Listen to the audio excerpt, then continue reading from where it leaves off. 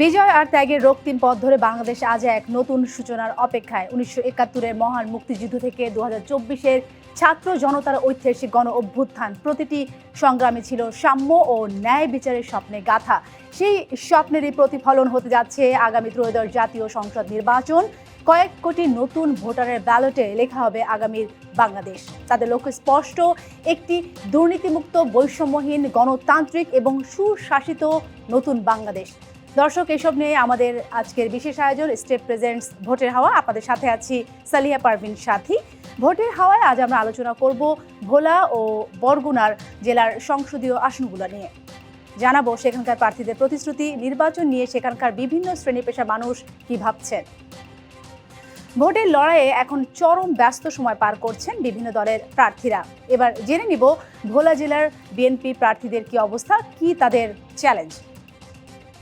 ইনশাআল্লাহ আল্লাহর রহমতে ভোলা 4টি আসনে ঐক্যজোট সহ ভোলা 1, 2, 3, 4 কোনোটা আমাদের সাথে অন্য কারোর লাগে সেই নির্বাচনে ওইরকম প্রতিপক্ষ আছে বলে আমার কাছে মনে হয়।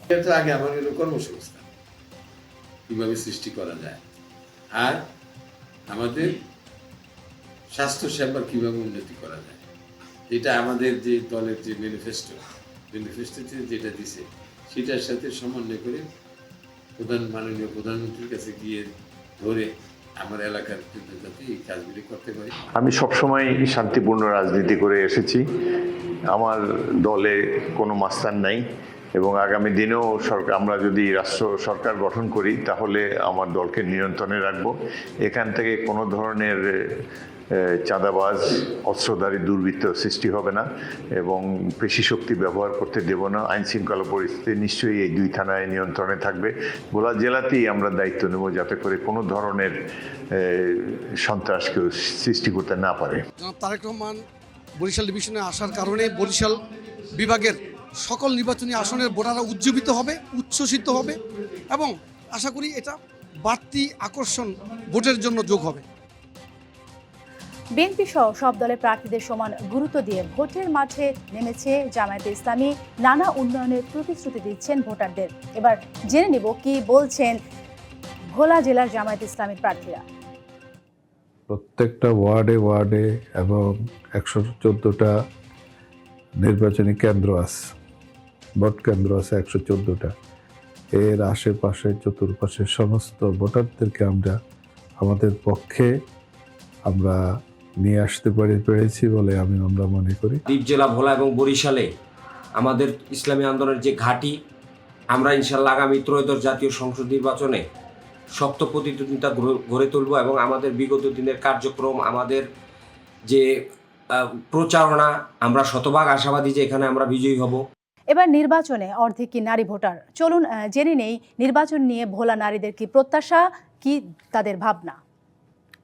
আমি যাতে আমার পছন্দের জনপ্রতিনিধিকে ভোট দিতে পারি যিনি হচ্ছে দেশের উন্নতি এবং কল্যাণ করবে। এই নির্বাচনে আমরা চাচ্ছি যাতে নির্ভয়ে বিনা বিশৃঙ্খলে যাতে ভোট দিতে পারি। আমরা এমন একজন প্রার্থীকে নির্বাচিত হিসেবে চাই যিনি হচ্ছে ভোলাকে উন্নয়ন করবে এবং জনগণের সাথে কাজ করবে। আমরা আর হানাহানি চাই না, আমরা একটা সুন্দর ভোট চাই, যে ভোটের মাধ্যমে একটা সুন্দর পরিবেশ আসবে, সরকার আসবে। আমি এবার নতুন ভোটার হয়েছি, আমি চাই একজন নারী বান্ধব সরকার আসুক। নির্বাচনটা যেন সুষ্ঠুভাবে হয় এবং যেই সরকার নির্বাচিত হবে তারা যেন আমাদের নারীদের কল্যাণে কাজ করে। যেই সরকার আসবে সেই সরকারের কাছে আমাদের প্রত্যাশা যেন আমরা বৈষম্য বিরোধী একটা সমাজ পাই। পুরুষকে যে পারিশ্রমিক দেওয়া ঠিক ওইভাবে আমাদেরকে যেন দেওয়া হয়। সর্বপ্রথম প্রত্যাশা হচ্ছে যে নারী পুরুষের সমতা এবং নারী পুরুষ যেন সমভাবে কর্মক্ষেত্রে উপস্থিত থাকতে পারে, তাদের কাজ স্বাধীনভাবে করতে পারে। এবং ভোটের হাওয়া এ পর্যায়ে আমাদের সাথে যুক্ত হচ্ছেন সংস্কৃতি কর্মী ও রাজনৈতিক বিশ্লেষক বাঁধন তালুকদার। জনাব বাঁধন তালুকদার, আপনাকে স্বাগত জানাচ্ছি স্টেট প্রেজেন্টস ভোটের হাওয়ায়। আপনি একজন সংস্কৃতি কর্মী এবং রাজনৈতিক বিশ্লেষক। আপনার কাছে আমার প্রথম প্রশ্ন যে একটি সুষ্ঠু অবাধ নির্বাচন নিশ্চিতে সেই সাথে প্রার্থীদের অনেক বড় একটি অভিযোগ লেভেল প্লেইং ফিল্ড নিশ্চিত হয়নি। এই লেভেল প্লেইং ফিল্ড নিশ্চিত করতে কি ধরনের সংস্কার প্রয়োজন বলে আপনি মনে করেন? সাথী, আপনাকে ধন্যবাদ এবং ডিবিসি চ্যানেলকেও ধন্যবাদ আমাকে সংযুক্ত করবার জন্য আপনাদের সাথে। আমরা একটু আগেই নির্বাচনে যারা ভোলায় প্রার্থী হয়েছেন তাদের কথা শুনছিলাম এবং আমাদের যারা ভোটাররা বিশেষ করে আমাদের নারী ভোটারদের প্রত্যাশা তাদের কাছে কি সেগুলো তারা ব্যক্ত করছিলেন। আমাদের দেশে নির্বাচনগুলো যখন আসে তখন একদিকে যেমন উৎসবের আমেজ থাকে, তেমনি আবার নির্বাচনকে ঘিরে একটা অজানা আতঙ্ক মানুষের মধ্যে থাকে। তো সেই দিক থেকে ভোলাও তার ব্যতিক্রম নয়। ভোলার মানুষের মধ্যে যেমন উৎসব আমেজ রয়েছে, ভোট নিয়ে এখনো অনেকের মধ্যে সংশয় রয়েছে এবং প্রার্থিতার জটিলতা এতদিন ধরে ছিল। আপনারা জানেন আমাদের ভোলার, বিশেষ করে যদি আমি বলি, ভোলা সদর আসনে প্রাথমিকভাবে বিএনপি থেকে যাকে মনোনয়ন দেওয়া হয়েছিল আলহাজ গোলাম নবী আলমগীর, তাকে আবার চূড়ান্ত পর্যায়ে এসে চূড়ান্ত মনোনয়নের জায়গায় সেখানে গিয়ে বিএনপি তার সম্ভাবনার শরিক দল বিজেপি কে সিটটি দেওয়া হয়েছে এবং বিজেপির যিনি প্রার্থী ব্যারিস্টার আন্দালিব রহমান পার্থ, তিনি এখন সেই দলের হয়ে নির্বাচন করবেন।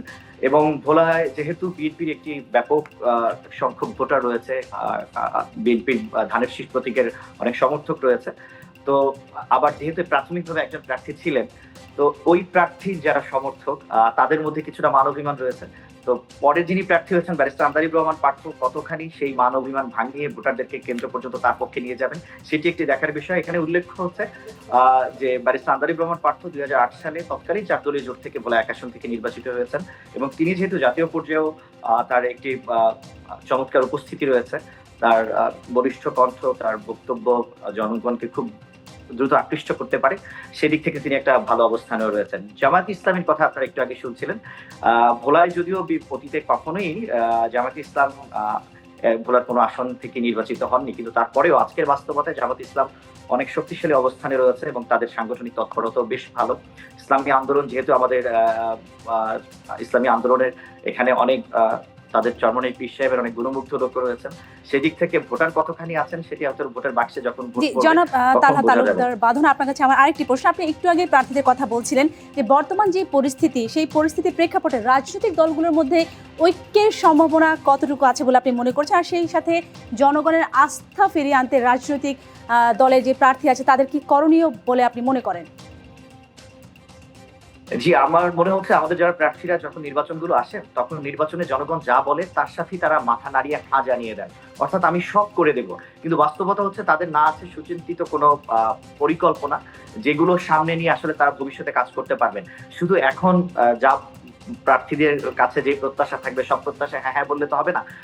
আর আগামী নির্বাচনটি আসলে শুধু ভোলার জন্য নয়, সারা দেশেই আপনি জানেন যে তরুণ ভোটার মোট ভোটের প্রায় অর্ধেক, এবং বিশেষ করে প্রথমবারের মতো যারা ভোট দিচ্ছেন এই সংখ্যাটিও অনেক। সারা দেশেরই ভোটের নিয়ন্ত্রণ করবে এই তরুণ ভোটাররা, সেদিক থেকে ভোলা ব্যতিক্রম নয়। প্রায় 1.5 লাখের মতো নতুন ভোটার রয়েছে ভোলা সদর আসনেও।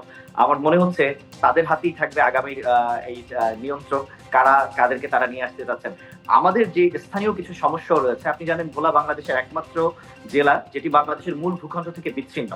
আমরা নদী বেষ্টিত একটি জেলা, এই জেলার মানুষের দীর্ঘদিনের একটি চাওয়া হচ্ছে আমাদেরকে মূল ভূখণ্ডের সাথে সংযুক্ত করতে হবে একটি সেতুর মধ্য দিয়ে, এবং এই আন্দোলন বেশ কয়েক বছর ধরে। জি জনাব তালহা তালুকদার, আমি আপনার কথা স্পষ্টভাবে বুঝতে পেরেছি। অসংখ্য ধন্যবাদ আপনাকে আমাদের সাথে যুক্ত হওয়ার জন্য। নির্বাচনে কি ভাবছেন ভোলার নানা শ্রেণী পেশার মানুষ, সে কথা জানাতে আমাদের সাথে যুক্ত হচ্ছেন সহকর্মী অচিন্ত মজুমদার। অচিন্ত মজুমদার, আপনার কাছে জানতে চাইব আসন্ন ত্রয়োদশ জাতীয় সংসদ নির্বাচন নিয়ে জনগণের কি ভাবনা, তারা কি ভাবছেন, বা তরুণ ভোটার যারা আসছেন তারা কোন প্রার্থীদের নির্বাচিত করতে চাচ্ছেন?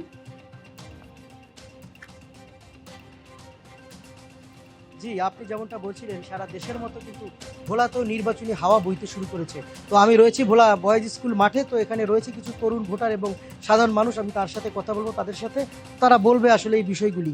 তো আপনি তো তরুণ ভোটার এবং নতুন ভোটার আপনি বললেন, তো কেমন প্রার্থী আপনারা চাচ্ছেন আগামী নির্বাচন, যে 12 তারিখে নির্বাচন? আমি চাচ্ছি যিনি সৎ ও যোগ্য, আমরা তাকে চাচ্ছি, যিনি হচ্ছে সংসদে ভোলা সাধারণ মানুষের কথা তুলে ধরবেন এমন প্রার্থী আমরা চাচ্ছিলাম।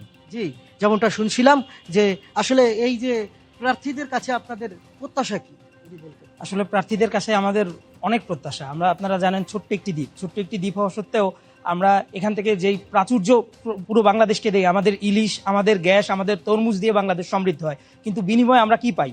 প্রত্যেক নদীর পাশে যখন অ্যাম্বুলেন্সের সাইরেন থামে আমরা বুঝি একটি নিশ্চিত মৃত্যু হয়েছে, একটি মেডিকেল কলেজের অভাবে, একটু সেতুর অভাবে। আমরা চিৎকার করছি, কিন্তু কারো কর্ণপাত হচ্ছে না। আমরা চাই যেই সংসদে যাক না কেন ভোলার কথা বলুক, ভোলার মানুষের কথা বলুক, অন্তত একটি সেতু, একটু মেডিকেল কলেজ ভোলায় স্থাপন হোক। জি, আমি যে আরেকজনের সাথে কথা বলি, আসলে কি ধরনের ভোটার আপনাদের ভোটারের কাছে কি ধরনের প্রার্থীরা আসলে এবার আপনি মনে করবেন যে গুরুত্বপূর্ণ মনে হবে? আমাদের জেলার মানুষ যে সমস্ত বিষয়গুলোতে বঞ্চিত হয়ে আসছে, বিশেষ করে মেডিকেল, চিকিৎসা এবং শিক্ষা এবং হচ্ছে যোগাযোগ ব্যবস্থা, এই ব্যবস্থাগুলোর উন্নতি করার জন্য হচ্ছে মানে প্রার্থীদের কাছে সবচেয়ে বেশি আবেদন থাকবে যেন সেই বিষয়গুলো আমাদের। আমি আরেকজনের সাথে করবো ছোট্ট করে, আসলে আপনি যদি কিছু বলতেন। আসলে আমাদের এমন একজন নেতা দরকার যে আমাদের ভোলা যে সমস্যাগুলো রয়েছে, আমাদের যে চাওয়াগুলো রয়েছে ভোলা মানুষের, এগুলো যেন সংসদে গিয়ে আমাদের হয়ে জোর গলায় বলতে পারে। আমরা এমন একজন নেতাকে আগামী 26 সালে যে ভোট, ফেব্রুয়ারির যে ভোট, সেই ভোট আমরা নির্বাচিত করতে যাচ্ছি। যেমনটা শুনছিলেন যে সাধারণ ভোটার এবং তরুণ ভোটারদের কথা, যে আগামী 12ই ফেব্রুয়ারি যে নির্বাচন, সেই নির্বাচনে তাদের কিন্তু সত্যিই তাদের অনেক চাওয়া রয়েছে এবং তারা তাদের প্রার্থীদের কাছে অবশ্যই যে চাওয়াগুলি সেগুলি পূরণ করবে, এটাই আসলে তাদের আশা। জি, অসংখ্য ধন্যবাদ আপনাকে আমাদের সাথে যুক্ত হওয়ার জন্য। ভোটের লড়াইয়ে এখন চরম ব্যস্ত সময় পার করছেন বিভিন্ন দলের প্রার্থীরা। এবার জেনে নেব কি বলছেন বরগুনা জেলার বিএনপির প্রার্থীরা আর কি তাদের প্রতিশ্রুতি। পর্যটনটাকে যদি আমরা সরকারের দৃষ্টি আকর্ষণ করতে পারি এবং আমরা এটা নিয়ে যদি কাজ করতে পারি, তাহলে এর মাধ্যমে এই উপকূলীয় এলাকার অভূতপূর্ব উন্নয়ন সাধন করা সম্ভব। এবং এটা আমার একটা ভীষণ আছে, এইসব সেক্টরে আমি ব্যাপক কাজ করার ইচ্ছা আছে। আমরা চেষ্টা করব যে বেতাকি বা আমরা মাথাটা মিলে ইকোনমিক জোন করা, এটা ভেরি ইম্পর্টেন্ট। এই একটা করলেই আমাদের এলাকার বেকার যুবকরা সবাই কাজ করতে পারবে এবং ভালো জীবনযাপন করতে পারবে। পর্যটন করার প্রোগ্রাম আছে, যদি করতে পারি ইনশাআল্লাহ, তাহলে তাতে অনেক কাজ হবে। আমাদের এই গিয়ে সাগরে ধরেন আমাদের বিরাট চর আছে, সেই চরে যদি আমরা সোলার সিস্টেম বসাই, তাতে আমরা বিদ্যুৎ উৎপাদন করতে পারি, বরিশাল ডিভিশনের বিদ্যুৎ আমরা উৎপাদন করতে পারি। এবার জেনে নিব নির্বাচন নিয়ে কি বলছেন বরগুনা জেলার জামায়াত ইসলামীর প্রার্থীরা এবং তাদের জোটের শরিকরা। মানুষের একটা আস্থা সৃষ্টি হয়েছে যে মহিবুল হারুন ভাই যে আমাদের জন্য আগামী ভবিষ্যৎ আমরা তাকে গ্রহণ করতে পারি। এই হিসাবে আমি আশাবাদী যে বিপুল সংখ্যক মানুষ আমাকে ভোট দিয়ে নির্বাচিত করবেন এবং আগামী জাতীয় সংসদে প্রতিনিধিত্ব করার মতো আমাকে সুযোগ করে দেবেন ইনশাআল্লাহ। পহেলাই যোগাযোগ ব্যবস্থার উন্নয়ন করতে হবে, যেটা যোগাযোগ উন্নত না হলে সেই এলাকা কোনোদিন পর্যটন উন্নত হবে না। আর যারা পর্যটক আসবে তাদের সুযোগ সুবিধা বৃদ্ধি করতে হবে। আমি মনে করি এমন কোনো ভোটার নেই যে যার পর্যন্ত আমার দাওয়াতটা পৌঁছেনি। যেহেতু আমি দীর্ঘদিন থেকে রাজনীতি করে আসছি, নির্বাচনের মাঠে আছি, এবছর নির্বাচনকে কেন্দ্র করে সকলের অগ্রেই কিন্তু আমি ছিলাম। সে সুবাদে প্রত্যেকের কাছে কিন্তু আমার দাওয়াতটা পৌঁছে গেছে, আর জনগণও সেই হিসাবে আমাকে অ্যাকসেপ্টও করছে। এ পর্যায়ে জেলা নির্বাচনী আইন শৃঙ্খলা পরিস্থিতি নিয়ন্ত্রণে প্রশাসনের প্রস্তুতির কথা জেনে নিব। নির্বিঘ্নে ভোটাররা অবশ্যই ভোট কেন্দ্রে যাবেন এবং তাদের যাওয়ার পথটা মসৃণ করার দায়িত্ব আমাদের আইন শৃঙ্খলা বাহিনীর। ওই দিন মাঠে পুলিশ থাকবে, নেভি থাকবে, আনসারের সদস্যরা থাকবে, আমাদের কোস্টগার্ড থাকবে এবং জেলা প্রশাসনের সমস্ত ম্যাজিস্ট্রেটগুলো তারা থাকবে। আমাদের সকল ধরনের প্রস্তুতি রয়েছে। আমাদের 312টি ভোটকেন্দ্র রয়েছে। এই ভোটকেন্দ্রে আমাদের পর্যাপ্ত সংখ্যক আইন শৃঙ্খলা রক্ষাকারী বাহিনীর সদস্য থাকবে। আমাদের সকল প্রস্তুতি আমরা সম্পূর্ণ করেছি। আমরা আশা করি যে আসন্ন ত্রয়োদশ জাতীয় সংসদ নির্বাচন এবং গণভোট একটি অবাধ, সুষ্ঠু এবং অন্তর্বর্তীমূলক নির্বাচন আমরা করতে পারব। দর্শক, ভোটের হাওয়া এ পর্যায়ে আমাদের সাথে যুক্ত হচ্ছেন সুশাসনের জন্য নাগরিক সুজনের বরগুনা জেলার সাধারণ সম্পাদক অ্যাডভোকেট মোস্তফা কাদের।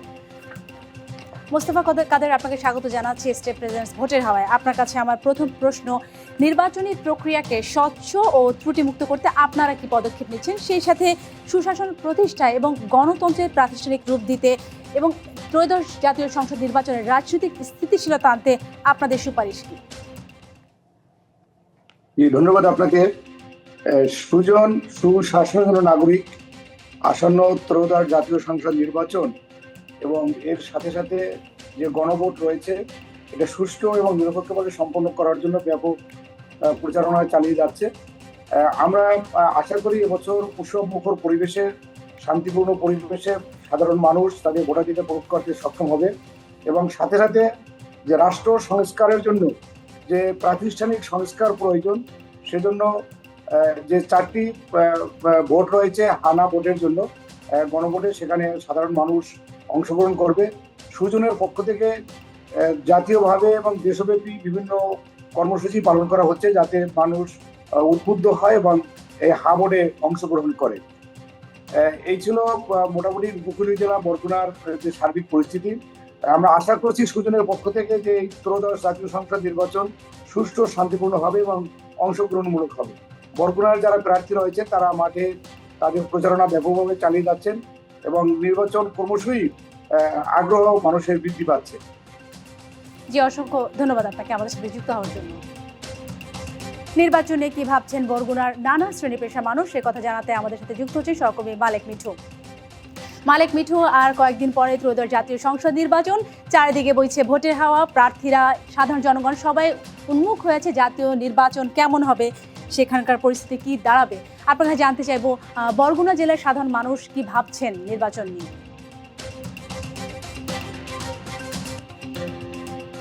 ধন্যবাদ। আসলে যত ঘনিয়ে আসছে, দিন ঘনিয়ে আসছে, ভোটের হাওয়া এবং ভোটাররা নানা হিসাব নিকাশ করে বেড়াচ্ছেন কাকে ভোট দিবেন, কি ধরনের প্রার্থীকে ভোট দিবেন, কাকে ভোট দিলে এই বরগুনার উন্নয়ন হবে। বরগুনায় 2টি আসন এবছর ত্রয়োদশ জাতীয় সংসদ নির্বাচন অনুষ্ঠিত হচ্ছে। বরগুনায় 1 আসনে 5,19,459 জন ভোটার রয়েছেন, যার বেশিরভাগই কিন্তু নারী ভোটার রয়েছেন। বরগুনার 2 আসনও 3,17,000 এবং সেখানেও কিন্তু নারী ভোটার বেশি। আমরা নারী ভোটারের সাথে কথা বলছি, আপনারা কেমন প্রত্যাশা করছেন, কেমন জনপ্রতিনিধি চাচ্ছেন? আমরা চাচ্ছি যাতে নারীরা নির্বিঘ্নে ভোট কেন্দ্রে গিয়ে ভোট দিতে পারে। আমরা এমন সরকার চাই যারা নারীদের ক্ষমতায়ন এবং সমান অধিকার নিয়ে সমান অধিকার দিবে এবং শিক্ষা এবং কর্মসংস্থানের ক্ষেত্রে সমান গুরুত্ব দেবে এবং নিরাপত্তা নিশ্চিত করবে। জি, এখানে আরেকজন রয়েছেন, আসলে আপনারা কেমন চান এবং আপনাদের প্রত্যাশা কি?